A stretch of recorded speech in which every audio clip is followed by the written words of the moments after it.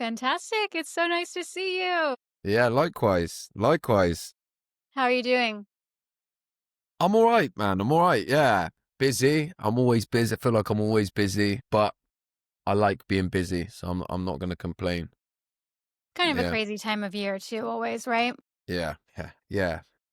I'm ready for next year, actually, I think. You got some big plans? No, it's just been one of those years where I'm ready to start a new one. I know. I feel you. I feel like 2025 was kind of the breakdown, and 2026 is going to be a pretty great year for a lot of us. I Yeah. feel that. Yeah. I hope you're right, man. I think you're right. I feel it. Yeah. So I am a little bit under the weather, so bear with me. I've got a bit of a raspy voice today, but I wasn't going to miss this for anything. Yeah. You'll So be here we fine, are. I'm sure. Yeah. Yeah, I got your book right here. I don't tend not to read things in order, so I've been reading different chapters at different times, but I mean, I told you myself when I started reading this, I felt like I was reading my own story, Yeah. and so I'm so excited to be talking with you today. And before we jump in, can you just kind of introduce yourself a little bit and tell me about some of your journey and how you got from there to writing and teaching breath work and working within the realm of dysfunctional families? Yeah. I mean, look, I guess the kind of short version is that I got sober in 2012. And I think that when I got sober, I would have told you that I'd lived a perfect life, but that I had a problem with alcohol and, that was it. But very quickly, once I, got into sobriety, I realized that there's a lot more to it than that. And actually, when you took away the drink and the drugs, in my case, I was left with myself, and that's what I really struggled with. And I started to look at my own sort of childhood and realize that I grew up in my own level of dysfunction. And actually, when you hear about, or when I fully look at what I experienced when I was a child, it's crazy that I said I lived a normal life and still believed that into my adulthood. So I lost my dad when I was young. He was like a violent, sort of angry, chaotic man with his drinking. And I feel like I always struggled with who I was in the world. And I see that now as a mixture of who I am and then mixed in with a big dollop of trauma as well. So I do think that like who I am at my core, like irrespective of the kind of reactions that I've picked up to the world, I still believe that society doesn't fully accept someone like me. And I think in a way that's kind of been, I've realized more recently that was a lot of my sort of struggles as a youngster, was the lack of acceptance of being the way that I am, and in a bunch of different ways, really. So yeah, then, I was about 6 years sober when I started like getting sort of like into sort of advocacy work and activism work, really. And I left my job in 2018. So for the last 7 or 8 years, I've just been hard at what I do now, yeah. How did you get into breath work? Breathwork came maybe like 5 years ago, 6 years ago, maybe. I discovered it myself. And it was mainly because I couldn't meditate, right? Everybody said that they like do meditation, and like I couldn't do it. When I sat still and tried to slow my breathing down, I just felt worse. Like I really did feel worse. And so I used to like try and practice meditation in the sauna years ago, because like at least when I was battling the heat, like I could sit still, and I knew that I had a purpose while I was in the sauna. And long story short, I had a breathwork experience in the sauna, basically on my own. And I didn't realize that I'd obviously got hot in there and was like doing conscious connected breathing, really was sort of out realizing it. And it was only through explaining the experience that I had to a friend of mine, and him being like, oh, it sounds like you had a bit of a breathwork experience, that I then tried breathwork. And then the moment I tried it, I was like, it changed my life again, really. I think like it's probably been the biggest change in my life. I don't know, actually, I've had a few of them, but it was a massive change in my life, like since my sobriety.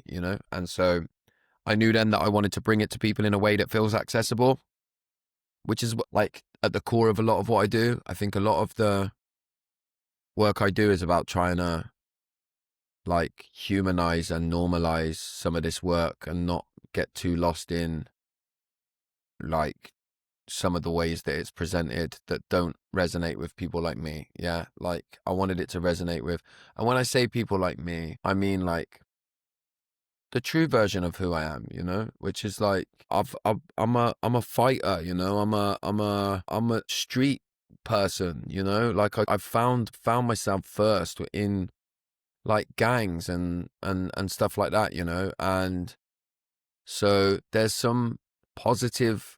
A lot of the things I did were terrible, right? But there's some positive qualities in all of that sort of stuff, and so I try and bring that as well as reach people that might be closer to who I was then than, you know, who I am now, if that makes sense. Yeah, it does. I have family that grew up on the streets in Philadelphia, so I really understand what you're saying. And,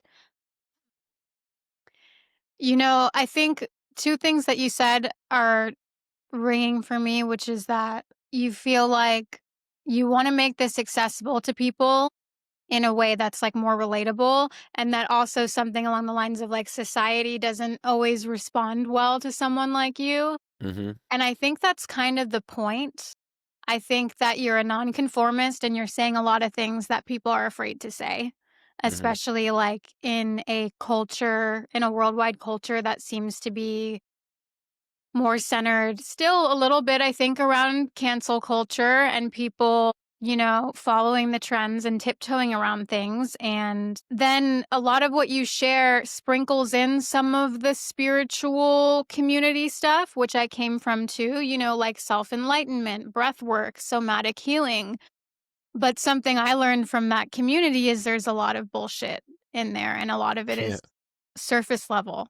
Yeah. I feel like you went through that same kind of similar probably. You were in that community, I take it, for a bit in your healing process?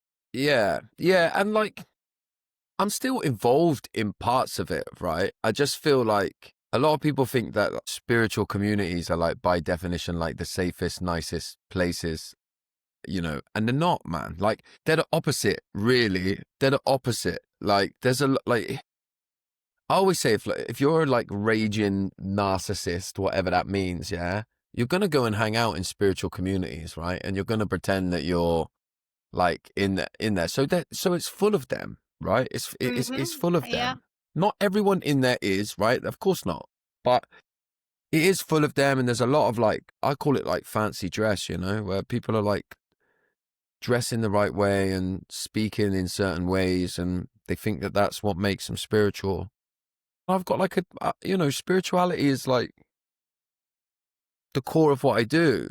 Some people like, I get messages on Instagram and that, and people are like, what have you got against spirituality? And I'm like, I love spirituality. That's why I say the things that I do. It's the, Figure it out. yeah, I'll do you know what get I there. mean? They'll get Yeah. there. Yeah, Yeah. it's true because yeah, it's my experience of the spiritual community is it's like everything, right? Like all other parts of society, really. It's hard to be a truth seeker and be in there and get everybody to like you because everyone's just conforming all the time. And I find it so hard to conform. You know, like I always, people say to me, oh, you're so honest. And I'm like, why is that? If being so honest is a compliment, does that mean that what it obviously means is Yeah. that just in general, people tend to be a little bit full of shit.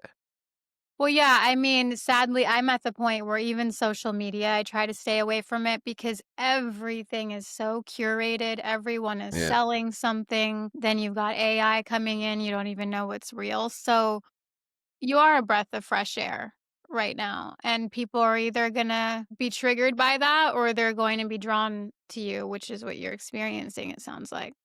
Yeah, it's definitely polarized. People either like absolutely hate me or they love me. Like it's weird that, in the men's space, I get a lot of hate in the men's space.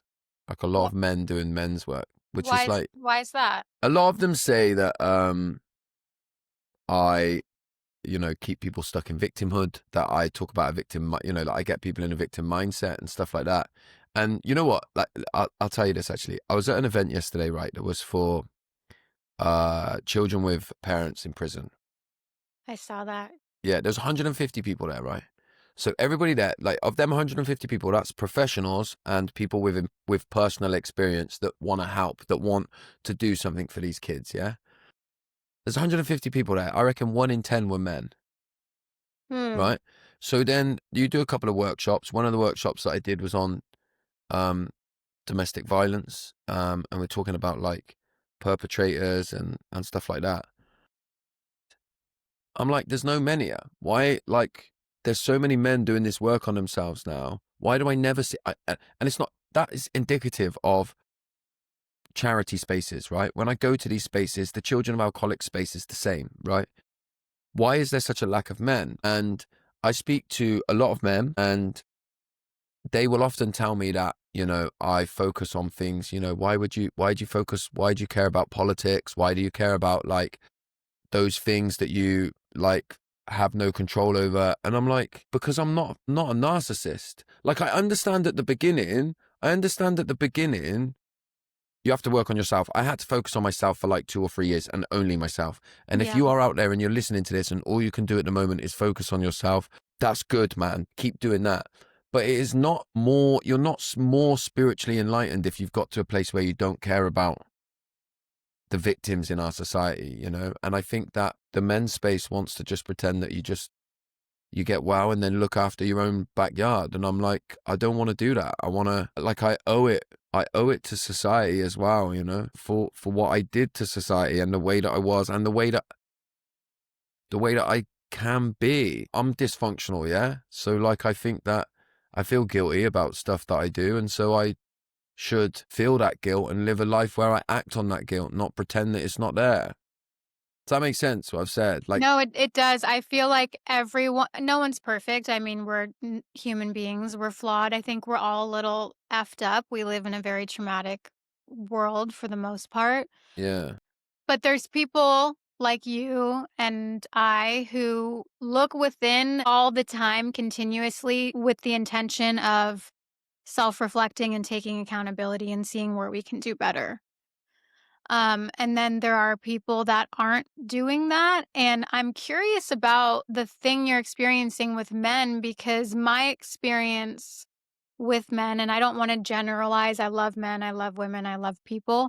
But I find that a lot of men in my experience lately, meaning the last 5, even 10 years, are stuck in a state of avoidance. yeah. So I don't know if that's something that you're experiencing as well. Like, are these men that are giving you this feedback, are they in the healing space too, or are they just kind of like Yeah, I get. keyboard warriors type No, thing? no, no, no. It's men. It's specifically men in the healing space. If they're not in the healing space, I get on all right with them. Like I get on Yeah. well with men. Like I think look, I think what you're pointing to is what happens, right? I think that so much of what's called spirituality and self-improvement is ultimately just bypassing, and it's dressed up in Yeah. a fancy way. I talk about being a victim and people being victims because they are victims. And the way through victimhood is to accept the truth and the reality of your experience in its entirety so that you can then move through it and Mhm. understand that, you know, come back to your power. But Yeah. you don't do that by pretending that you're not a victim, right? You do it by seeing the truth. And so I think there's a lot of like bypassing that goes on. And I think that when you're bypassing, uh, people that are talking the truth find it confronting. I think that's what happens. They like it's like a cognitive dissonance sort of reaction, it seems like. Exactly Like, that. but and I don't know, like, I can just go based off of my world and my experience, so I mean, talking to you, it sounds like it's an umbrella thing that's happening within communities, but with the rise and then probably the settling of the spiritual community stuff, it's become so easy and so popular for when someone says, I've been through this, or I've been through this trauma, or I was wronged this way, for someone to be like, oh, stop playing the victim. You're Yeah. playing the victim rather than just like sitting with them and hearing their truth. Don't often like on the topic of dysfunctional families, I've actually never spoken to a child or an adult child who's complained or come to me with pain from their family where they were just complaining.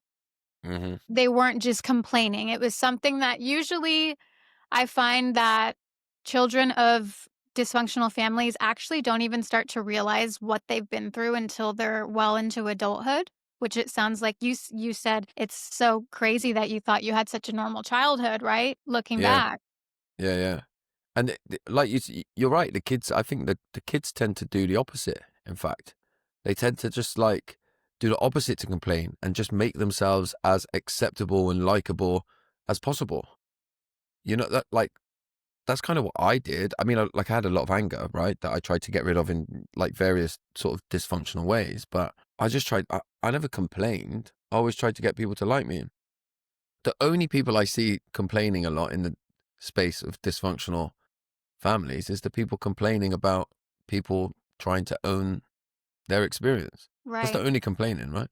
It's like, I think, and I look back on, like, my own childhood, which I thought was perfect, and there were so many magical elements to it as well, but not until my 20s, 30s did I start to realize, like, "Whoa." And I Mm, see that happening to friends and cousins, and not everyone, luckily. Not my mm, Persian friend. She had a great childhood. Jokes. But children don't complain, children adapt.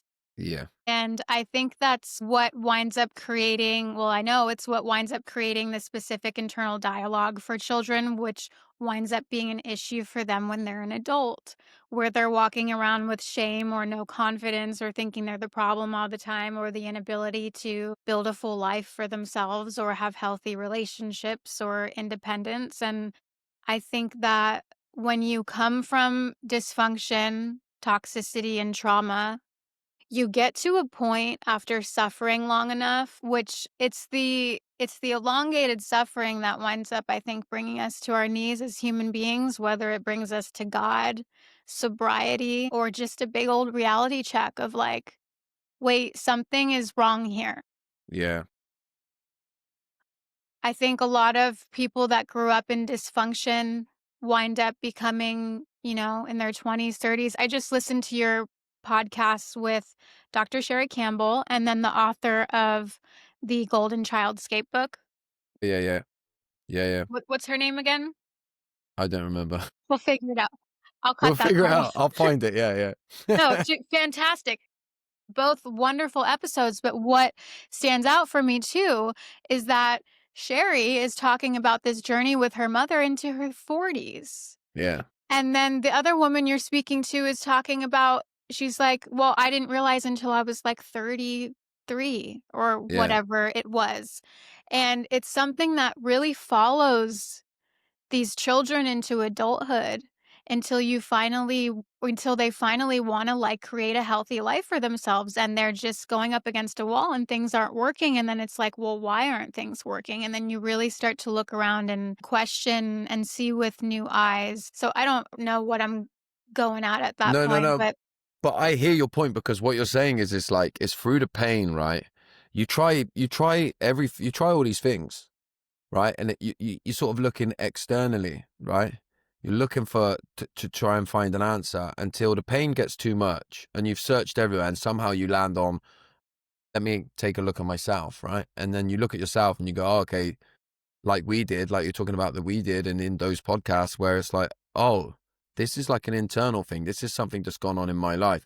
And I think that's what like it ties in with what we were saying about like the spiritual communities, like the men's healing space, because I think you've got a bunch of people who aren't yet ready to properly look internally, but they've mm, just found a new way. And the new way is to become the spiritual guy or the spiritual girl or, yeah, and that's what they're using now. So there's still no looking in. There's still no like, they know that they need to frame that they had some trauma and all that sort of stuff, but they're not yet able to look at themselves.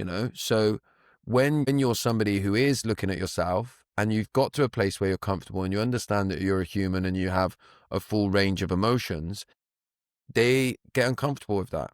Because if I'm terrified of checking in with my own sadness, right? If I'm terrified of looking at my own relationship with one of my parents, the last thing I want to do is be confronted by somebody who is like, here's what happens when you look at these things. And yeah, I'm unpacking these things. So instead of going like, oh my God, like, because what probably happens for a lot of people, right? Is like, why is my body going crazy when this guy talks, right? Instead of going, cool, this feels like it's some of my stuff here. They just go, he's an idiot, victim mindset. He just, if he just did an ice bath every morning and or whatever, And listen, yeah, like I'm not doing, I love all that stuff, yeah. And I have a routine and all of that stuff that I go through every morning. And I also know that I'm a human being and it doesn't matter what I do. Some days I feel terrible. And that's just the truth. It's also worth me just saying as well that I've been sober for over 13 and a half years. And some of this stuff that I'm saying, I probably know because for the first 3 or 4 years, I got sober and bypassed. I was spiritually bypassing, like, and I was running around, I was going 12-step meetings and I was running around telling people like, if you feel crap, you need to pray harder or meditate harder. You like Yeah. do the work, because I was uncomfortable. I was bypassing, and their pain made me uncomfortable because it stopped me being, it held a mirror up to me and mine. Yeah. And so, I mean, to be honest with you, sometimes I wonder who's in more pain, the people being honest with themselves or the people avoiding. Yeah. Like really, because I mean, I don't want to get too much into my own stuff, but I do come from a totally dysfunctional family, and it's not just my family of origin. It's, Mm, spreads out, cousins and whatnot. And there are people in my family doing the work and looking at it and going through massive grief and identity crisis and loneliness and things like that. And then I see people who are completely stuck in avoidance, stuck in hypervigilance, stuck in things like addiction. And so I do feel sadness for those people. I definitely feel compassion. I don't want anything to do with them. But I also am like, man, they must be in so much pain mm, to not open that can of worms because mm, once they do, like, if you don't have the tools, how are you supposed to be ready to deal with what's going to come out when you yeah, actually open that and look at the truth? yeah, yeah. And like I guess that's why some people stay in addiction their whole lives, isn't it? Like, because I don't know, man. I don't know what it is in my life that's been able to make me change and it's been able to make me live more closely to the path that I want to live now. I don't know, but I mean, like the flip side I also think about, right, is that there are times when internally I think to myself, I reckon it was easier when I was drinking, Yeah. because at least I had like escape. Because like on the hard days, yeah,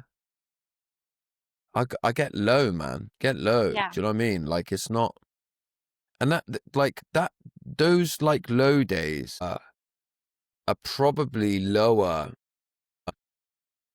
like more low now at 13 and Yeah. a half years into the journey than they were at 5 years into the journey. Right. But like the highs are better and I get to live a better life. I can feel like Yeah. I can show up to life day to day, but it also shows me why I used to escape so much Right. because when I'm low, I'd I'd do anything on them days to get out of my body. Yeah. You know what I mean? I'd do anything. Yeah. I know. It's fucking painful. Yeah. It is. But you're not avoiding and numbing out now, which is why it's so uncomfortable, I think. And, I don't know if you can relate to this, but I was talking to a friend the other day and she's a psychologist. She's a somatic based trainer. She has a safe space institute where she teaches students how to lead other students through somatic healing. Wow. And yeah, she's intelligent. We've been friends for like 15 years. And I was like, you know what? I'm so depressed. I reached out to her one day. I'm like, "I am so fucking depressed." And she was like, "Britt, you're not depressed. You need to stop saying that. You're grieving. Mm, You're in grief." And so that, like, I wouldn't obviously, agree with that if I didn't instantly know it was true. But helping to have that differentiation and realize, like, wow, going through this journey and this process, like, does come with waves of grief, similar to hearing Sherry's story with you. I do think that's a lifelong thing, yeah. obviously, dependent on like your story and your history and what you've come from. But yeah, I think that when you endure enough suffering. You said you're like, I don't know why, I took this path. I like to think it's emotional intelligence, not to toot your horn, but I do think that Yeah. there's a difference between, emotionally intelligent people. And I think that it winds up being a lifelong thing. And when they say like healing isn't linear, as cheesy as that sounds, it really isn't. We hit bouts, and then we cocoon and we get really low, and then all of a sudden we have a day where God or spirit is like so present and we remember again. Yeah, there and there that like and you there we remember again, right? And that buys you more days, doesn't it? It buys you like more like days going through the heavy times, you know? And I feel like that's what like the journey has taught me, you know. I'll have runs or periods when I'm like really close to whatever God is, right? Whatever we want to call that, close to it, you know? And I can go on a long period of it, right? And I just ride it. It's like a wave, man. You just ride it and it's like, Yeah. because I think the journey is like at the beginning, yeah, and because like I say when I got sober is when I actively started my healing journey, right? Because I would argue that my healing journey started when I was 12, which is when I first smoked cannabis. Because that Mm, was the first time I started to look for a way to make my life okay, right? That's when I first, you know, made at least a semi-conscious decision that I needed something out. I needed something. And it was cannabis and it worked for a while. It did what it needed to do. And then alcohol was the same. I found alcohol and then, you know, other drugs and stuff like that. All of them were an attempt. And I'd argue this with anyone, you know, like if you look at me when I was 15, I'm going to raves. Like, so I'm going to fields, taking drugs to get out of my head and dancing about in community with other people. It ain't too dissimilar to what I'm doing now. I'm just having to get out of my head using somatic practices and breath work because if I take drugs, I won't stop for a year or whatever. So the two things are not too dissimilar. And actually, I think what happens is that when we're younger, we're just better. We're more closer to it. We're more closer to God, spirit, yeah. universe, whatever it is. Yeah. So as a teenager, we're looking closer to the right place than when we get to 18, 19, whatever age it is, and we like start doing the whole like 9 to 5 thing. That's when we start getting further away. Mhm. But when I woke up, when I got sober, I think you go on this journey of like trying to discover the answer. And then I think what happens for most people is you find the answer or what you think is the answer, and it works really well for a bit, whatever it is. Mine was like I went to AA to get sober, right? And so through the 12 steps, I like had this big spiritual awakening, found God like in the way that I saw it. That's it. I found the answer. So then I run about telling everybody, this is the fucking answer. This is the only way. I've got the answer. And then the answer fails you again, yeah, in some Mhm. way. And then you have to bumble along and realize, okay, I've got to try something slightly different. And you keep the parts that work. And then I think you transition into this place of just realizing that actually I'll never know what the answer is. And that's where the freedom is. Mhm. The freedom is in like never holding on too tightly to anything that works, because in the end it might not work and you'll have to find something else. That's Right. been the journey for me, is like finding the next thing, you know, that keeps me, but all of it is about keeping me close to like the universe, you know, Mhm. keeping me close. And when I'm close, it's because I feel safe to stop controlling. Because addiction is about control as well, yeah. So people think that addiction is about being out of control. Addiction isn't about being out of control. Addiction is like it's about control. Yeah, alcohol gave me control in my life. I had something every time that worked. Yeah. Yeah, and it was the only thing that I could rely on in my life, that I felt like I could fully rely on, because it was always there. It was a confident, yeah, until it stopped working. The only reason I really got sober is because in the end, even when I drank, I was still miserable. That wasn't the case Right. when I first started it. Wow. Wow. Yeah, it stops working. Yeah. I can relate to that too. I was in a 12 I was a part of a 12-step program for eating disorder that I developed. It was really interesting. I had a very wild experience where I was doing yoga teacher training back in like 2016. Hmm.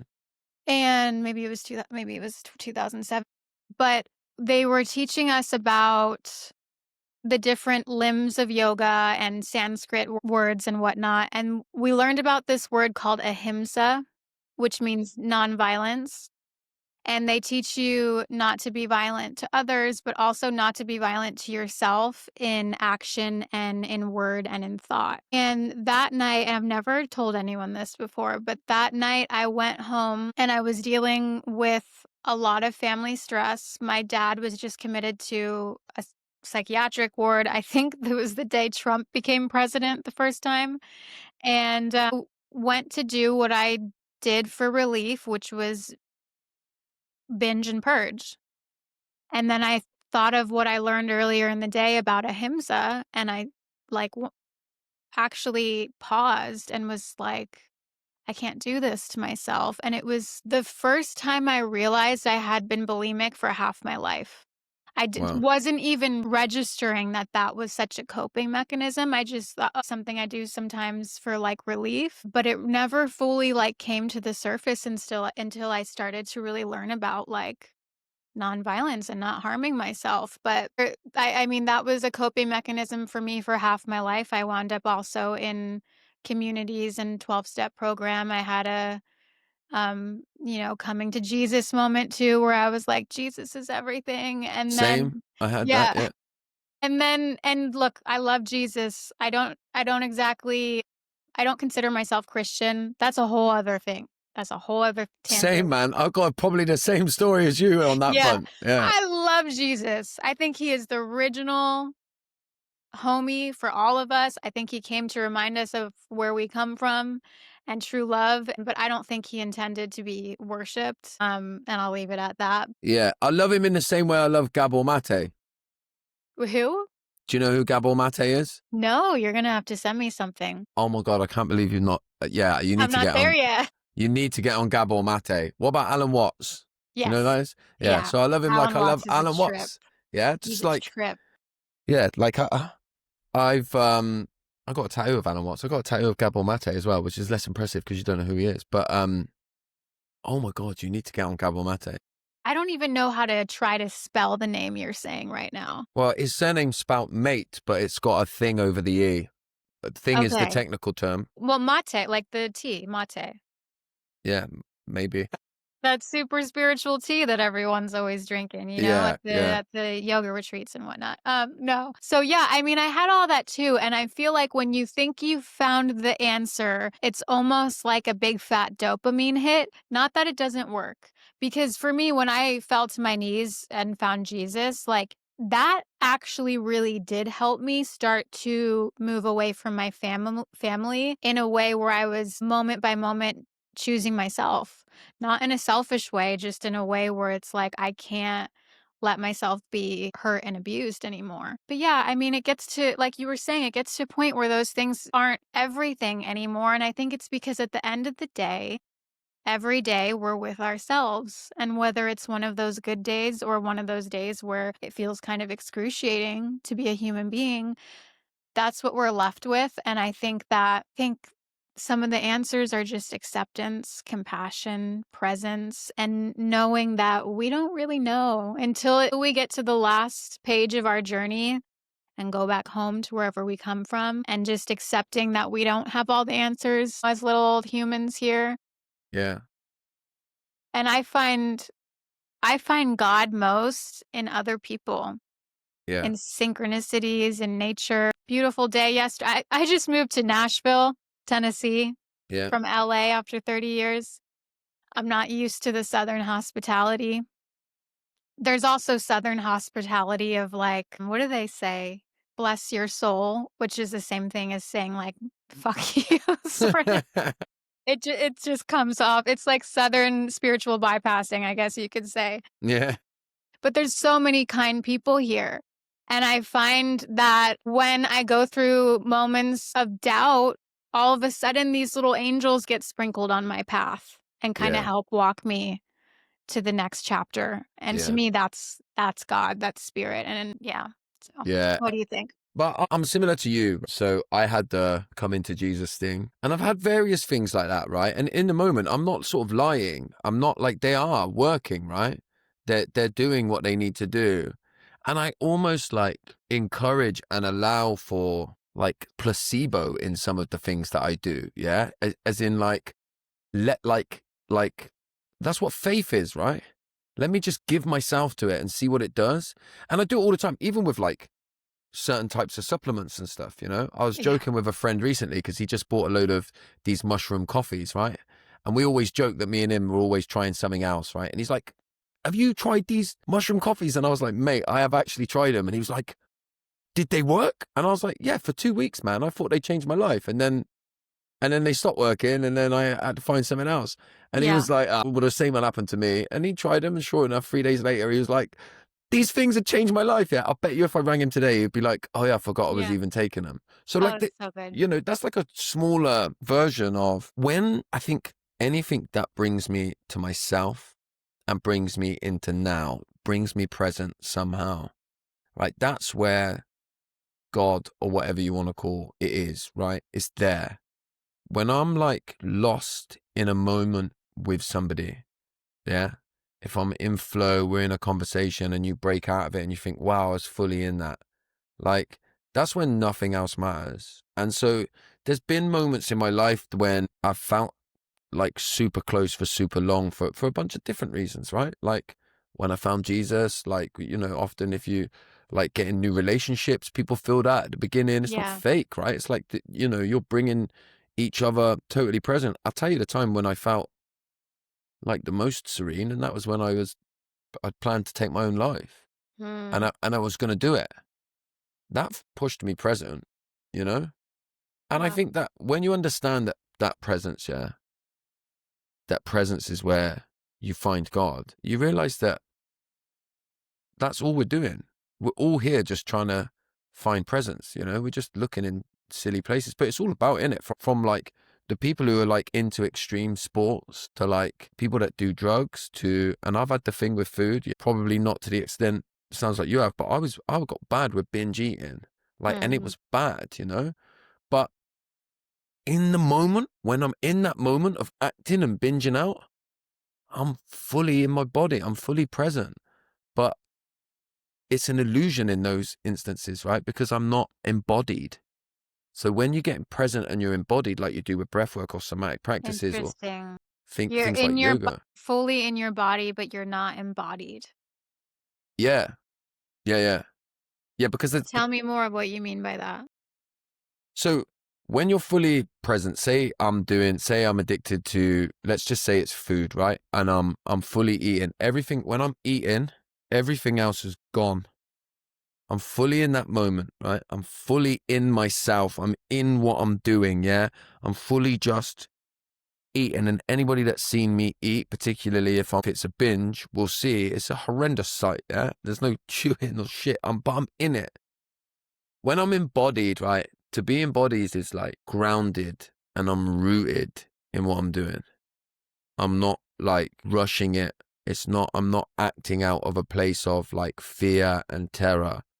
I'm acting out of a place of love and groundedness, and the two can look very similar. But when you're fully embodied, and again, we find the embodiment in dysfunctional ways in today's world. People think they love running long distance. They don't. They love being embodied, and that happens about Mm. 5 kilometers in when you've got nothing else. You can't think about anything else but being fully in your body and putting one step in front of the other. Like that's like embodiment. And that's what these things are. But Western culture wants us up in our heads, and I think it's by design. Like I'm not saying it's a big conspiracy, but if you were in power and you were in charge of the people that you wanted to control, you wouldn't want them to Yeah. be embodied because they don't give a shit what you got then. I want to talk a little bit more about the dysfunctional family stuff Hmm. because you mentioned Western culture. Do you think that's primarily in Western cultures is what we're dealing with like dysfunctional family systems and trauma being passed down like that? I think that I can only speak properly about Western culture because, like, the reason I often cite Western culture is because I think that when we're talking about healing, particularly, Western culture sort of is there's a colonization of the mind that goes on. So, like, we in the West will take Eastern practices and then say that they're science backed. And that means that we now trust them, and we almost like, yeah, they're safe. And then we've like reinvented them, when like people have been Yeah. meditating across the world for years, and it ain't fucking, Yeah. it's not just because we've now science backed it. All of a sudden we think that that makes it okay. Like, so like, I'm always careful to cite that. But I think that there's like, I've got a lot of people that follow me like that are Mexican. And so like they Mm. talk about dysfunctional families and how Hmm. like the family unit there is seen as even more important, which means if you live in a dysfunctional one, it's even more, of a problem. And I've seen it also in some Asian families again, where they're like, Yeah. so it's like, I can only really properly comment on Western culture and how we are with it. But actually, I mean, what I see from the people that I engage with is focus on the abuser rather than the victim is commonplace everywhere, man, which is bizarre.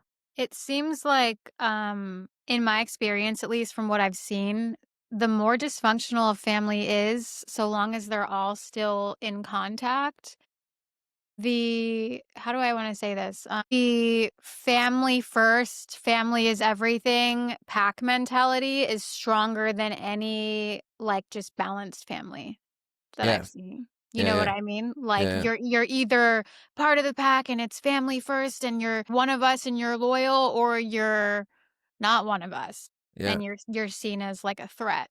And I think yeah, that's what happens too, with the adult children of dysfunctional families. As they grow and begin to heal, they all of a sudden run the very likely risk of being seen as an outsider, as a threat to the system, as not one of us anymore. yeah.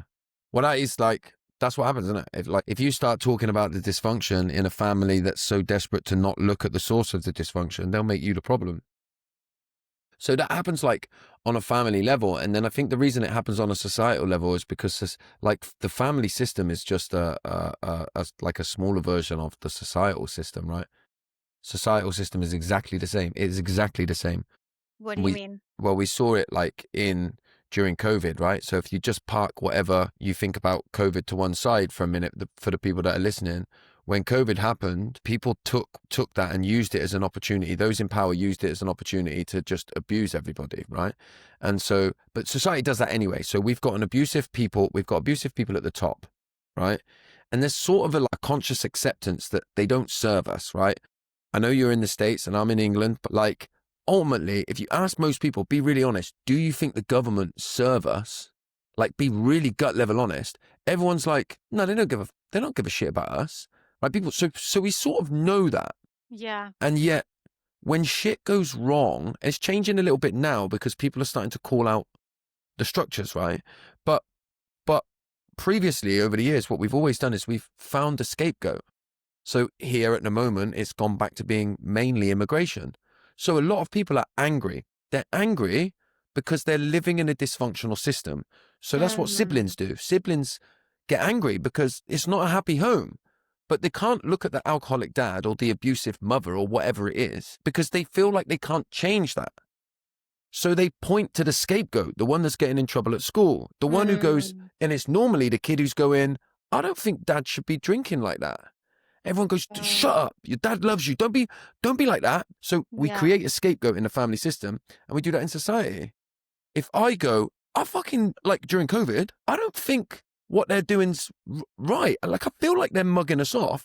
Everyone goes, do as you're told. And then you get scapegoated and everybody Yeah. canoodles together. And then you have the golden children who go, well, I've always done as I'm told, and Stand in line. Yeah. I got rich out of it and I'm doing quite well. So I'm proof that if you do as you're told and just follow the rules, everything will work out fine, right? And so that's what happens. The societal system reflects the dysfunctional family system, right? So that just means that Wow. if you are a truth seeker, you will by definition be scapegoated, because in the societal system, if you go, I don't think this is right, man. I think they're mugging, I think they're abusing us. People think Mhm. we can't change that. Stop looking at them because we can't change that. But we could all get angry at immigration, or we could get Wow. angry at people on benefits, right? Or welfare, whatever you call it, right? Because it's easier to direct it at the scapegoat than it is to look at the abuse. So truth seekers, by definition, certainly in Western culture, because it's the only one I know about, Yeah. well, truth seekers are scapegoated. Like, if Yeah. everybody in the group thinks you're crazy, there's a good chance that you're the one stepping closest to the truth. I never thought about it that way on a societal level. That's really fascinating. Like, you're so right. And I see the misdirection of anger a lot, a lot here being in the States. Yeah. For a sec, let's just, for someone listening, they might not even know what a scapegoat and golden child is. Can we hmm talk about that for just briefly? So within a family system, all the children will take on different roles, right? So you'll have the abuser at the top, or the highly dysfunctional one at the top might be one of the parents normally, right? And then children adapt to survive within the system. So you will have the golden child, which is the one that does everything right. And so the parents can go, well, I must be doing something right. Look how well little Johnny's doing at school. He's perfect, aces all of his exams. And if he's doing well, then any of the other kids that are not doing well must be them, because I treat them all the same. So it helps to hide the dysfunction, right? It's important to understand that the golden child is still a victim, right? Because it's really hard. That golden child, by the way, will grow up to ace all of their exams. They will probably get a really good career. They'll go for all of their life, but they will constantly and always feel like they're alone, because their whole sense of self is based around how good they are in Mm, everything that they do. Then you often have like the mascot, sometimes known as like the jester. That's the one who everyone in the family just looks to make them happy when they're all feeling down. So their job is like, I just got to make everyone around me feel happy all of the time, right? I was very much the mascot when I was a kid, yeah? Everyone looked at me, I was silly, I did silly things. And so when everybody was down, I would pick them back up. People like me tend to go on to get into drugs like uppers, right? Like cocaine and ecstasy and alcohol, because we need to be up all of the time, because I wow. get my sense of self by making sure you're all happy and laughing. So I'm the class clown and everybody's laughing. So that's the mascot. And then you have the scapegoat. At some sort of subconscious level, the scapegoat almost knows that they need to misbehave, because the reason they survive in the system, and they're still in the system, is because instead of looking at dad's drinking problem, we can all point to little Davy and be like, this is all happening because of you. If you just Oh, bucked your ideas up, daddy wouldn't be angry anymore. Daddy wouldn't be upset, and he wouldn't need to drink. And so then that person probably goes on, is so used to just acting out and doing bad stuff, right? And being scapegoated in that way. And so you can see, like, they're like the three main roles. There's often a lost child as well, if there is a fourth child, and they're just, they get by blending in. Uh, yeah, and these patterns play out in their lives, and most people can resonate with like one or more of them, or you might have switched between them. I was very much, very much the mascot. and two things. So, also the triangulation that winds up happening in these family systems. How does that play into like the different family members? So, like, particularly with siblings, like sometimes what we might call, if there's two parents, you might call the other one an enabler, right? So they'll do anything they can to just sweep everything up and hide it. But the kids will often be like used against each other and played against each other, right? And so this is why it rips families apart in the way that it does, because, you know, each child will probably be rewarded for chopping the other one in, for Mm. telling on the other one. And then they'll be played against each other, and it'll be they told on you. And then you end up in this kind of space where every action you make has to hurt somebody. So you're either going to be hurting your parent or you're going to be hurting your sibling, depending on what you do. Those kind of triangulation tactics play out in so many different ways in dysfunction. Yeah. And that little mini system within the system, that's kind of when roles can get reversed. Like if the golden child all of a sudden doesn't want to go along with it and play the golden child, then boom, they're the scapegoat, right? Yeah. And all of a sudden the focus is on them for really, I mean, whatever the surface level issue is, it's for disrupting the system, Yeah. right? Yeah. Yeah. Yeah. And threatening the tribe, it's like a cult, Exactly. honestly. That's exactly what it is. That's exactly what it is. And that's what I get, because a cult's built on the same thing. So a Yeah. cult's built on the same thing. And it's all about imbalance of power, right? And it's about the person in power and abusing their power, right? And so this is why it happens regularly between parents and children, because there's an automatic imbalance of power between a child Yeah. and a parent, right? They're completely um, reliant upon their parent just by the very nature of what happens. But when you get like a cult, the way that a cult works is a cult leader will draw you in, right? It preys on the vulnerable people and then will bring vulnerable people in, spend time making you think that they're absolutely amazing so that you become almost completely reliant on them emotionally and if they can Yeah. financially and stuff like that. And then you're in. And then at subconscious level, people within the system, in a cult system, in a family system, you all kind of know, but you can't admit because to admit it would feel like to take away your whole life raft. Well, it's survival. Exactly. So for the child, it's survival. And the way that you just described, like a cult leader, I'm just going to say like brainwashing and getting the people to think that they're their North Star, it winds up being a survival. If I'm not loyal to this person, I don't have a way to survive, or I think I don't have a way to survive. Exactly. Exactly. Same in a relationship, right? If you get in an abusive relationship, it will always start with the love bombing at the beginning. You know, your partner will make you so head over heels in love with them, emotionally reliant on them, enmeshed with them, financially reliant on them if they can. And then they're in the abuse couldn't begin then because there's an imbalance of power. It's all about power imbalance. And that's why a lot of the activism work that I do is about like redistribution of the power. Because even though, I don't know what it's like in America, but here in England and Wales, if I'm to give you an example, if I'm a 13-year-old boy or child, a 13-year-old child, and my dad murders my mum, and then I go and live with my nan and granddad still have to seek permission from my dad to become sole responsibility for me because my dad's parental responsibility trumps everything. So if I, as a 13-year-old said, I want to change my name, I'm getting bullied at school because it's all in the press that my dad killed my mum. My dad, if he was abusive, could say, no, you're not changing your name. And the only way I would override that is if I take him to court. So because his parental responsibilities is more important than anything. And so they've been pushing here for a law, which they have passed, but they've not implemented it yet, where if you murder a parent, one of your children's parents, you lose parental responsibility straight away. But that's not currently law. Yeah, that's So this is wild. so it's like that is a total imbalance of power where we hand power to the abuser. And so when people say like, why are you always talking about like victimhood and stuff like that? I'm like, because we still live in a system that breeds victimhood, that breeds victims. And because ironically, that is the path to restoring their power, like you're Exactly. saying. And the people that don't see that, I'm just going to say they're either in avoidance themselves or they're blessed enough to have never found themselves in one of those predicaments Yeah. to not Yeah. understand what it's like. Yeah. Exactly. It's exactly that. And I think in most cases it's avoidance.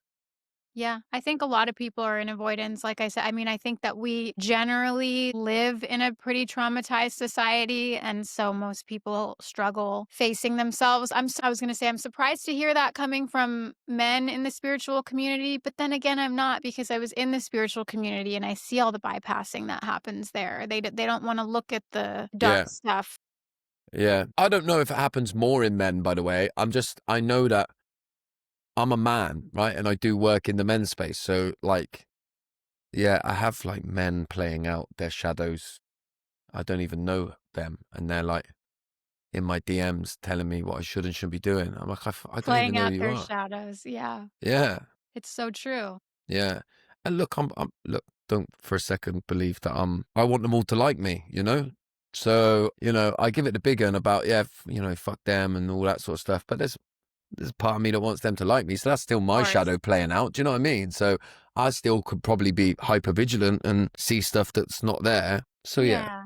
I mean, I don't know. I'm like, is that your shadow or is that just the child inside you that's going to be there forever? And you yeah, can just acknowledge that and still choose to not act upon it and yeah, just exactly. realize like of course are biologically built to survive and thrive in packs in the Yeah, tribe. We're always going to want that. And I mean, I'm very similar. Like I'm a very kind person. I'll bend over backward to help someone I love, and, like, I'm 30, almost 35, and I'm learning, like, you know what? People kinda have to earn that. yeah, They do, because it doesn't matter how good you are to people. Sometimes because you're so good to people, they'll hate you for it Yeah. because you still wind up putting up that mirror for them Yeah. Yeah, yeah. And like, I think, look, I think everybody that wants to change should be given help and support to change. I think that. if they want to Yeah, change. if they want it. Yeah. And if I get an inkling that you don't want it, this is like, I've got daughters. Like, what do I want my daughters? Do I want them to just only look for the good in people? Or do I want them to look at people for who they are and then make a judgment on whether they get to be in their life? And it's the latter. I want them Yes. to see people clearly. And Yep. I believe that there's good and bad people in the world. I do too. And I believe it enough to want to hold myself accountable to try my best to be a good one, to be one of the good ones. I am wary of people that are like, no, there's no such thing as good and bad people. We're all just love and light. Because I'm like, what are you doing then? Because what do you want to be? Like, I'm a dad. I fucking want my kids to think I'm a good dad. I don't want them to say, we're all love and light. Just do, like, there's a time I know when it's like, when we can say to each other, don't be too hard on yourself. We're all doing our best. I understand that. And it's not also always true. Like, there's horrible people.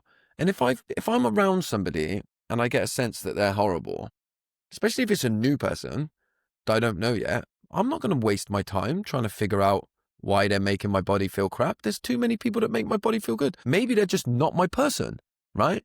There's Yeah. conflict resolution. If I'm in a long-term relationship with somebody, then I'll explore, is this me? Yeah. Is this you? And we can do some work around it. But if I've just met someone and I don't feel good about them, I'm not going to waste my time trying to be around them, because that's going to get you hurt. I'll be like, this is not my person. Yeah. And, I spent too long in my life thinking that familiarity was love, thinking that, this person seems like a good enough person, and I don't have to work too hard self-organizing when I'm around them. So that's good enough. And I Hmm. think that's what a lot of us do. And I think we should want more for ourselves. Yeah, I agree. And I think you just said something that I want to highlight because it's the second time that you've said it while we've been talking, which is if my body doesn't feel good around them or in this situation, I'm not going to question that. Yeah. So many people don't even have a mind body connection. They're not aware all of a sudden when their body's speaking to them or their nervous system is telling, because the body's going to tell us something before the mind has a Yeah. chance to catch up. And I want to actually talk to you then about, because it's like we have this rise, epidemic, whatever, it's certainly not a trend of the of adults, children healing from dysfunctional family systems. At the very same time, we've got an epidemic of autoimmune disease and people that are way too young to be as sick as they are. Mm. And I know we have toxins and things like that. I do think that it's a bit of a mixture of things. But, I read something today that said histamine intolerance is more common in people that have suppressed their shame and their Mm. anger, because the shame and the anger has nowhere to go. And so then the body winds up, I'm not saying it verbatim, but having a histamine flare. And I talked to a woman yesterday who comes from a dysfunctional family, and she developed, I forget the phobia, but the irrational fear of going outside and leaving her home and having panic attacks. Yeah. She's about to go home for Thanksgiving for 2 weeks, and she said she's not okay, she's freaking out, and I was like, "Well, maybe don't go." Mm. And she didn't even consider that. Yeah. She's not even used Yeah. to being able, she's younger, she's like 25, she's not even used to being able I'm like, "Maybe go for 3 days then." If your body's freaking out and telling you, like, "Danger, danger, don't go," then that's something for you to maybe sit with, but unless you've been through a lot of shit, like, I've been in the healing space for 15 years because I've had autoimmune stuff and different things. People don't just learn, they're not just equipped with these tools, right? Yeah. So Yeah. Yeah. And we teach young kids not to trust their bodies. Like, if everybody is emotionally avoidant, right? So if we're to say, and I would argue that a high percentage of people are emotionally avoiding. When we're children, we're growing up in a household where our parents teach us not to trust our body.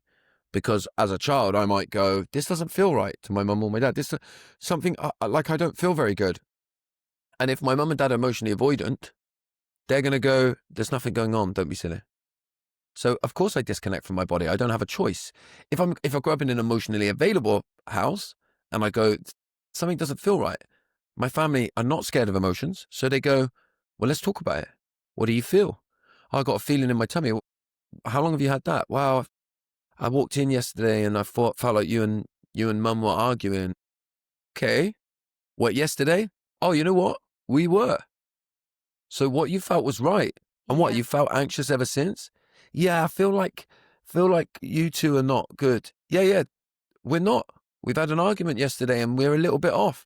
And you can say that doesn't mean we don't love each other or what, but how amazing that your body can sense that, right? And your Yeah. body's just reacting. And that's cool. But we don't know what percentage of children get that from a parent? I would say less than 10%. Yeah. So of course, like, we don't even know how to listen to our body and trust our body. I lived a life when I didn't know if I was hungry, thirsty, or wanted drugs. I didn't know the difference between that feeling. And I think when you start asking people how you feel, they might say angry or sad or annoyed, but that's a description of what you're feeling. If you say, yeah, all right, where in your body do you feel it? People get flustered because people Yeah. don't know what they feel because they've never been connected to their body and grown up in an environment where they search that.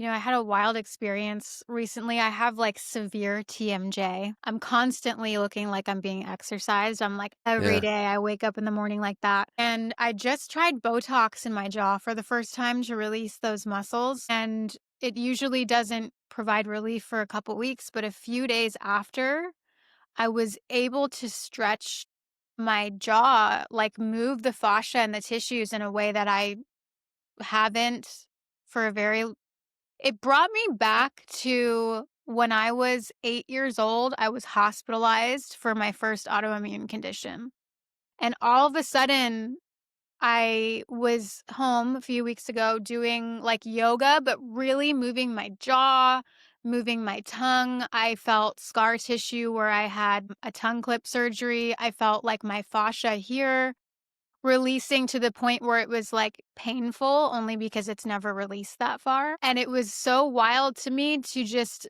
for something my mind doesn't comprehend, to be brought back to this experience where I was hospitalized when I was 8 for Wow. autoimmune condition. They thought I had leukemia. It wound up being my antibodies attacking my platelets, Wow. and I just am like, "Wow, I think my jaw has been tight since then." Wow. Yeah. And I don't know just why I'm sharing that, but it's just one of those mystifying, unbelievable intelligences of the body. Yeah. Yeah. Yeah. Like I believe it's all linked. I mean, what do I know on that sense, but I believe it. Something. I think you know a Yeah. little something. Yeah. Yeah. Okay, so why is society so quick to side with the abuser? When we have domestic violence in relationship, when it's uncovered, people are much quicker to be like, get out of that relationship. And something I want to highlight too is it's often hard for the spouse because in a toxic relationship, speaking like romantically, you have good times too. You Mm. have good times, you have great times with that person, and then you have horrible times and abusive times. I'm saying that because I think it can be very similar in a parent-child Yeah. relationship, but for some reason and you're experiencing this, like, the wrath coming from people coming at your work as if it's, victim perpetrate what's the word? Keeping people in victim mentality, but, like, I this baffles me too because when I see people attempting to break these generational patterns and talk to other family members or people in their community or circles, there's a lot of gosh, I've heard you call them flying monkeys, but enablers, Yeah. Yeah. enablers, Yeah. Yeah. and people saying they're your parent, Yeah. and the guilt that you can carry that like the worst is you're gonna regret it when they die. Yeah. Because usually if you grew up and you're very sensitive in a dysfunctional system anyway, you're already ultra sensitive to something bad happening to that parent Yeah. because you're programmed to put their needs first anyway. Yeah. Yeah. Yeah. So I know I just circled a lot, but, like, can you talk to me about that a little bit? Look, I explore it all the time and try and figure out why it is. And honestly, I think a lot of it is it's easier. It's easier to sweep it under the rug and just pretend that it's not as bad as you think it is because people want to stay comfortable in their emotional avoidance. And if you support the abused, you got to stand up. You got to stand up. And the abuser, we know at a subconscious level, I think, at least a subconscious level, that the abuser will be hard and they might get you. They might make you look. So people just think, it's the whole sort of like turn the cheek, turn a blind eye. Like it's just easier to just follow, to let the abuser and carry on trying to sweep it under the carpet. Because that's what we do, innit? We live in a society that doesn't want the truth. It's too uncomfortable. Gosh, that's so sad to me. I mean, Yeah, it's true what same. you just said, but I find it to be just really sad when you've got people reaching out being like, "I need help." And I think that's why a lot of people who are breaking generational patterns wind up starting over. Yeah, Like, it's not just from a relationship with the one or the both parents. Oftentimes, they wind up starting over, like, almost completely. Maybe yeah, there's 1 or 2 people still from the life they're used to, but most of them stay in the old system is what I've yeah, seen. yeah, yeah. That's it, because it gets easier to stay. Mhm. And that's because nobody wants to help or create the environment to empower the people that need it. Yeah. And so what about the grief that accompanies I mean, okay, so back up for a second. Breaking these generational patterns often comes with this loneliness. That's because people are choosing to either go no contact, low contact, or boundaries, which usually the boundaries don't work for the Hmm. most part, right? Is that your experience? Yeah, yeah. If we're dealing with a toxic, really highly dysfunctional person, yeah, they don't care about your boundaries. Yeah, they don't care. In fact, they just see it as something else to get at It's you with. yeah, Yeah. it's a If you set a game. boundary, it's like brilliant. There's something I can cross to make you feel crap again. Yeah. Makes it more fun for them, right? Yeah. Yeah. It's more supply for them, isn't it?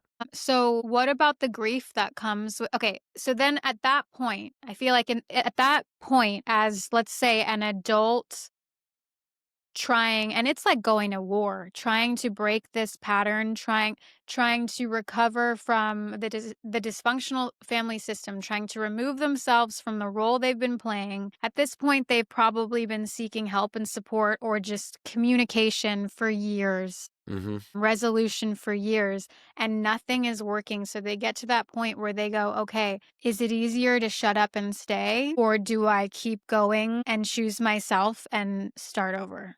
Yeah. Right? Yeah. Yeah. Yeah. Well, And that is what happened. Sorry, I've interrupted you. Go on. no, go ahead. I mean, I want to know what your experience is Yeah, I with think this. that like this is why I think I believe in the importance of the work that I do, because until now, people do end up having to stay, or they quietly have to hide the fact that they've not stayed. So, like, either path is lonely, Right. because if they say I've gone, then people are like, well, why have you done that? You only get what you're going to miss them when they're gone. So either path is lonely. So we have to somehow try and raise awareness of like, how do we give these people an opportunity at life? That's not such a lonely road, and that should come by helping people to see like the truth. But we know that people don't want to see the truth, so it's Right. hard, man. And so I think that's where like I wasn't prepared for this and I think that's where people find themselves in a state of grief that you couldn't have possibly prepared yourself for. So I just want to highlight that for anyone that's going to be listening to this who's God bless me, I never know how to pronounce this word on the precipice. Is it Yeah, precipice? you've nailed it. Yeah, At that moment, at that fork in the road of like, is it easier to stay and remain in my pack, in my tribe, however dysfunctional and harmful it is to me? It's all I've ever known. It's my family, it's my tribe. Or am I going to believe that there's a full life for me on the other side of this that's healthy? Because in that moment, if you choose the second, you do go through a period of severe loneliness and grief. of course. Yeah, Of course. And I think it's a decision that only the individual can make because there's so many like varying complex factors, right? So it's like I get asked all the time by people, should I go no contact? And I'm like, look, I can't tell you, but I think we Yeah. need to see the truth of your experience and then make a decision from there. Mhm. That's the only way. It's not for me to ever tell someone that they should or shouldn't. Totally. It's so nuanced and it's so not simple. Like, that person can still have gone through abuse and still love their parent Yeah. more than anything. Yeah, of course. And still be thinking, "Oh my god, like, I do know they're gonna pass one Yeah. day. Do I wanna go the rest of my life without them?" So, I think that if you can do this, something that I see that's possible is not really like a no contact, low contact, but like a surface level contact. Yeah. Like, you don't really talk about, you just check in every once in a while. How are the kids doing? How cool you Yeah. got a Christmas tree, sort of surface level, because if you get into anything deeper than that, it's gonna become the Yeah. Yeah, and I think that is an option for a lot of people, right? It's like, what relationship am I able to have with this person and keep my sanity? And for some, the answer is none. And for some, the answer is that. Like, I have to just keep it surface level, all about them, and at least I get to have a relationship with them. And that's cool if that's what works for people. Yeah. Yeah. When I was listening to your podcast with Dr. Sherry Campbell, her story about her mom, like, first of all, I was on the Stairmaster listening to that, but it just, like, hit me, and she had shared with you that she hadn't shared that with anyone, and I'm so glad she did, and sometimes Yeah. it's, like, the gnarliest things we've gone through that you don't think someone else is gonna relate to, but you share it, and it's really profound, and I'm just Yeah. gonna, like, semi-repeat it real quick for anyone that's listening, but she said, I think she was 44 years old when she finally stopped doing the dance with her mom because she Yeah. was forgiving her over and over and over again.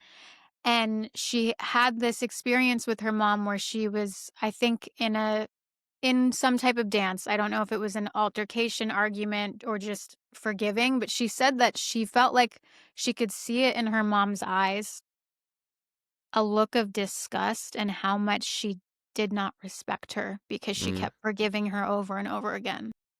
Yeah. And that's super powerful. Yeah. Do you think that toxic people know what they're doing? Yeah. Yeah. Yeah, I do, man. Yeah. Like, I think they know enough to know watch a toxic person change their whole persona when somebody comes in that they think that they need to change it for. So they know enough to do that, don't they? That part. Like, yeah, I think they do know. Like, I think they do know. I think they do know. And does it? I don't think it does in the end. Like, can they stop and will they stop? Again, will they change? Let's just we can only look at the facts. Some do, some don't. That's why your only option is to look at them exactly as they are right now and the person that they've showed you to be up until this point and ask yourself, what relationship can I have with this person? And then that's the relationship, that's the only relationship you get to have with them, Yeah. you know?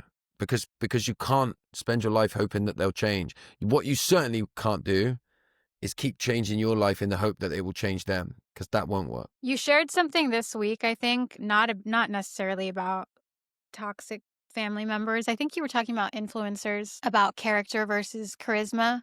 Hmm. And people be totally charismatic without having like a solid character. But it's making me think of this because you just said, well, what about the toxic person who puts on a total new persona in front of other people? Like, I feel like I'm just going to say like narcissists, people with like personality disorders, publicly facing are usually very liked, Yeah, yeah. or they have this other people have this idea of who they are, and then behind closed doors, they're a totally different Yeah, in most person. cases, most of the people that we're talking about are publicly perceived as being amazing. Because that would be your tactic, isn't it? Like, do you know what I mean? It's like, if you think of like any abusers, they're not just out there abusing and not hiding it, are they? I mean, if you think of like sexual abuse, if you think of like, I mean, to use a really like horrible example, but if you think of like a pedophile, they're not running about saying I'm a pedophile, are they? They're hiding and trying to get in and around the people that they want to abuse. So they're gonna make out like they love kids so they can be the caretaker at the school. So if you're horrible and you get your sense of value from abusing vulnerable people, you're going to make yourself seem like you're amazing. So you can get in and amongst vulnerable people, like in spiritual communities or Yeah, healing communities totally. or faith-based communities. That's Yeah. where you go in. You're going to hang out there where there's vulnerable people. Now, I know that's horrible for people to hear, but it's the truth, isn't it? Yeah, I mean, at some point, it's like, come on, guys. Is it horrible to hear or is it just the truth? Just the Like, truth. we Yeah. just got to start realizing Yeah. what's going on here. And for you as a parent, you have 3 daughters, right? I have 4 daughters 4 daughters, and and 2 sons. they're what? Yeah, I've got 6 You've got kids. Yeah. 6 kids, that's Yeah. amazing. What oldest and youngest, what's the age range? My eldest is 19 and my youngest is 7, about to be 8. It's beautiful. So, as a parent, doing the work that you do, I'm sure you've contemplated many times, how can parents treat their kids like this? Yeah. What do you find in that thought process? People say, one of the things is people say to me online all the time, wait till you have kids. And I'm like, I've got 6. And they're part of the reason why I think abusing kids is horrible. But like, it's the worst thing in the world because I've got them. Yeah. I just, I think when you have kids, you just realize how awful it is that people are like that. And it just highlights it even more. And then you've got people that'll be like, well, they're traumatized too. They've been through so much. Do you think it's that simple, or you think it's more of like a personality disorder or jealousy thing? I think if it's helpful for you on your healing journey to understand why they are like they are, then you should look into it. But ultimately it's irrelevant. Like it's irrelevant. Like if like it doesn't change how they abuse you. If they're abusing you all of the time because they were traumatized when they were a kid, then like that might help you on your healing journey, but it won't. Now, what about people that find themselves in like that mental state of questioning and trying to figure out why? I just want to say that I think that people that are on the receiving end of an abusive dynamic often, very, very often, find themselves in a continuous loop of confusion. Mm, Is it me? It must be me. There's something wrong with me. Are they really toxic? I mean, I've seen people that also have like memory issues with it as a yeah, coping mechanism. They start to like block things out or have like a Stockholm syndrome type thing. yeah. So, for someone, I think maybe for someone listening to this, if they're wondering if they're in a toxic dynamic and they're in that state of confusion, what would you recommend for them? Start writing stuff down. Start making a diary. Every time you feel like you've been abused in some way, gaslit, your reality denied or pitted against somebody, or write it down and like trust yourself, them subtle, because abuse is subtle normally. If nobody's around, they might call you really horrible things, but normally it's like subtle manipulation of energy so that it can't be called out, so that you think you're crazy. If you start saying, wow, they just do this and like, because it's often death by a thousand cuts, isn't it? Mhm. And then so if you start trying to describe it, it doesn't sound that bad. So then you would have to reel off like a thousand things. And then people would still go, wow, none of them Yeah, sound that bad. it's so true. And Yeah. then it sounds overcomplicated, and And then then you you start sound to get crazy. confused. Yep. You sound crazy because you go, well, they did this and then they did this and then they did this. And then you sound like you're the crazy one because you're trying to justify it.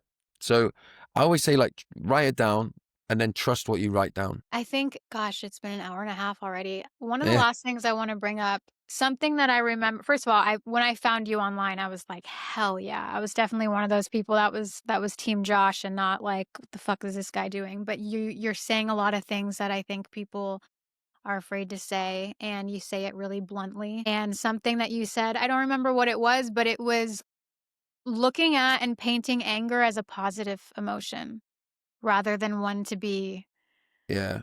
ignored. Can you tell me a little bit about what you think about anger? Yeah, look, I think that, in the spiritual community, they'll often say, look, behind all anger is sadness. I think often behind anger is sadness, but sometimes behind anger is somebody that needs a boundary put in place. Anger is our friend. Anger tells me when there's been injustice. I think, like I say, sometimes we're hiding sadness behind our anger and we need to search a bit harder. But sometimes I'm angry because somebody's done something horrible to me, and I need to feel angry to make sure that I do the right thing to look after myself. So in that way, anger's like our friend. And I think that we often just think that anger is the same as rage, right? So we think of anger and we think of Mm. somebody, I don't know, physically harming somebody, right? But it doesn't always mean that. It might mean being assertive. It might be I'm angry and okay. And I think we should be angry. This is what I say to people because people will lever that at me. People will say to me, "Oh, you seem really angry in your content. You seem really angry. You should do some work around this." And I'm like, if when you talk about a child being abused by their parent, you don't get angry, I think it's you that need to do some work. Yeah. I really Yeah. think that. Like, there's things that make me angry, and they make me angry so that I get motivated to do something about it. And if you've lost that ability for whatever reason, then look at it. I'm the same way actually. When I get angry, I get highly motivated. Yeah, When I'm sad or my feelings are hurt, I can be just a little mopey, but when I'm angry, I'm motivated. yeah.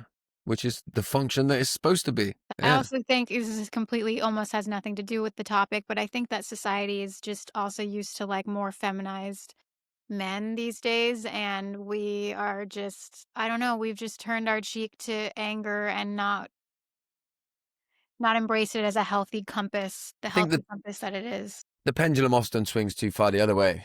So we know that, like, violence, I do a lot of work around like violence against women, for example, right? But we struggle to see the difference. Some people struggle to see the difference between violence and anger. Anger doesn't have to be violent. Sometimes we need people to fight for us, though. And so sometimes we need to fight. And I don't mean fisticuffs, I don't mean like punching people or hurting people. I mean, fight for each other. Let's fight. Let's have a bit of vigor in us. Let's try and do something about this. Let's not just like all pretend that we're love and light. Let's fight. Fight for one another. Fight for what we believe is right. You know, as things stand, I won't stop doing that. In fact, when people get on at me, it just makes me want to fight even more. So, Well, I love you for that, Josh, and I'll always be in your corner. Thank you for the work you're doing. thank you. I appreciate it. Yeah. And thank you for the platform and the conversation. I've enjoyed it. This has been really awesome. I think we'll probably have to do one Part two. again sometime. Yeah. Yeah, yeah, I'm down for sure. If anyone wants to find you or work with you, how can they do that? My website's joshconnolly.co.uk. Get me there or on Instagram and TikTok and everywhere else. I'm Josh_FFW. All right. Thank you so much. Have a great evening. Thank you.